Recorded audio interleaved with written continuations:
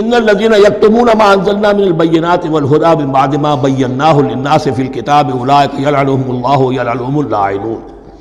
یقیناً وہ لوگ جو چھپاتے ہیں اس شے کو جو ہم نے نازل کی ہے بینات میں سے اور ہدایت میں سے، اس کے بعد کہ ہم نے ان کو واضح کر دیا ہے لوگوں کے لیے کتاب میں، وہ لوگ ہیں کہ جن پر لعنت کرتا ہے اللہ اور لعنت کرنے والے ہیں کرتے ہیں تمام لعنت کرنے والے. یعنی علم ایک بہت بڑی جو ہے امانت ہے، اس علم کا چھپانا، کتمان حق. ہم آیت پڑھ آئے ہیں وَمَنْ أَظْلَمُ مِمَّنْ يَكْتُمُ شَهَادَةً عِنْدَهُ مِنَ اللَّهِ. اگر اللہ کی طرف سے کوئی گواہی کسی کے پاس ہے اور وہ اسے چھپا لے تو اس سے بڑا ظالم کون ہوگا؟ اب انہی کی وضاحت ہو رہی ہے، کیسی کیسی کھلی شہادتیں تورات اور انجیل میں تھیں اور ان کو یہ چھپائے پھر رہے ہیں. ان الذين يكتمون ما انزلنا من البينات والهدى من بعد ما بيناه للناس في الكتاب اولئك يلعنهم الله ويلعنهم اللاعنون الا الذين تابوا واصلحوا وبينوا.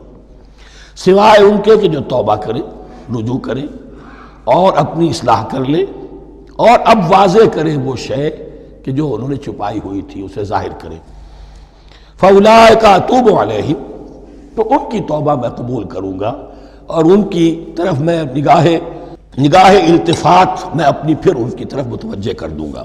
وَأَنَا التَّوَّابُ الرَّحِيمُ، اور میں تو ہوں ہی توبہ کا قبول کرنے والا اور رحم فرمانے والا.